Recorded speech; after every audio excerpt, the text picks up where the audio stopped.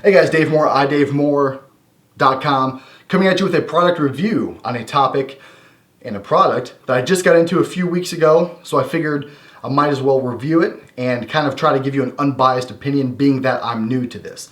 The product is the Diamond Infinite Edge Compound Bow. Now, to get the boring specs out of the way, the Diamond Infinite Edge package is about $300, and it has a 31-inch axle to axle, an adjustable draw length from 13 inches to 30 inches, and an adjustable draw weight from 5 pounds to 70 pounds. So, as you can tell, the main marketing scheme for this bow is it is a good beginner bow for the price, and it is a good bow to give a child, or to get a child, because he can grow into it. Start off shooting 5 pounds and work his way all the way up to 70 pounds over the amount of years that it takes. Another thing that they rave about this bow is you can do all of the adjustments at home. So these mods have a number that corresponds to a draw length, and there's a draw chart that has the A, B, and C post on your cam, whichever one your string is attached to, and the number that corresponds to the proper draw length. For instance, mine right now is on 4, which is about a 27-inch draw. To change it, all you do is you unscrew these Allen key screws, you move the mod until it clicks into another number, then you tighten it down and just make sure that each cam is on the same number, and then you have adjusted your draw length. To adjust the draw weight, you just tighten down or loosen up these limb bolts. Easy peasy, and there's even little lines here that help you line them up evenly. So that's the boring things out of this.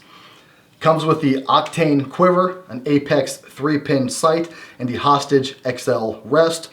D-loop already tied in, and that's really it. So, rundown of the bow in my opinion.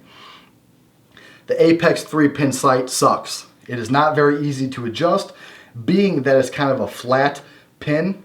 It's not a needle point, it's a flat piece of metal. So when you adjust it, if you don't have them completely parallel, it's going to throw your shot off.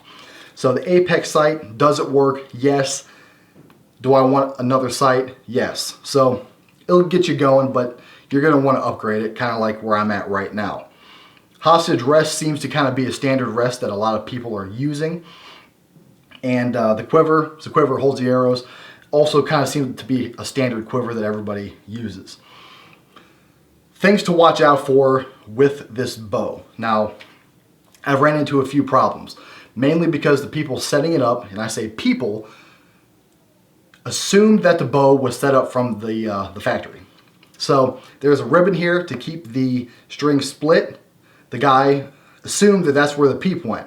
It's not, that's just to keep the string split. So make sure that that peep is sized to you. The D-loop seems to be a little bit long, and the timing was off from the factory.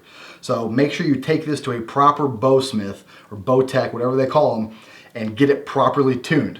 If the guy at the shop is starting to set it up as if it's already good to go, tell him to stop, take your bow, and go pay someone to properly tune it. That's just my advice. It is not properly set up from the shop, at least in my experience with this bow. The strings and the cables, I think, are the Octane strings and cables. Not the best. They tend to stretch out a lot.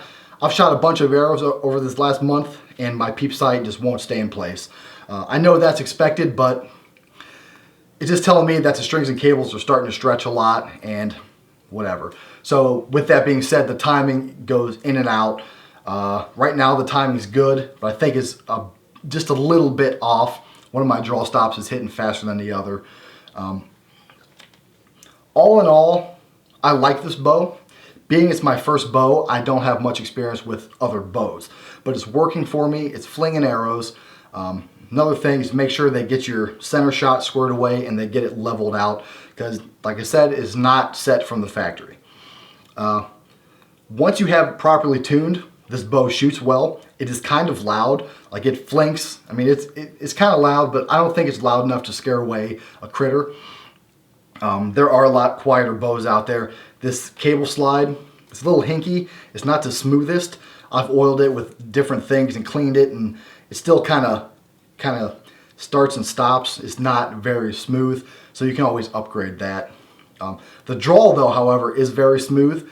I have it at 64 pounds now at about a 27 and a half inch draw, I believe. And bringing it back, it doesn't feel like 60 pounds at all, which is why at the time of this video, I'm probably pulling 70 pounds. But this is a bow that you can use. It will work for you during hunting. It will work for you doing target shooting. And you can add whatever you want to. I added these dampeners here. I added me a stabilizer and a wrist strap. So I've got a little two-tone going on. And it went from kind of a standard bow to I've kind of spiced it up a little bit. So basically, if you're looking for a bow just to start out with archery, if you're looking for a bow to buy your daughter, your son, your girlfriend, your wife, or you, this bow will work for you. It's really basic and it just works. I mean, it's not bad. So far, I can Robin Hood arrows no problem, and the only thing that I'm going to upgrade here is probably this here sight, maybe strings and cables, I don't know. So that's my attempt at a bow review. Little out of my league being that I do guns, but the Diamond Infinite Edge, all in all, get it tuned properly, get it set up to you properly, and it should work out for you just fine. So, keep shooting, guys.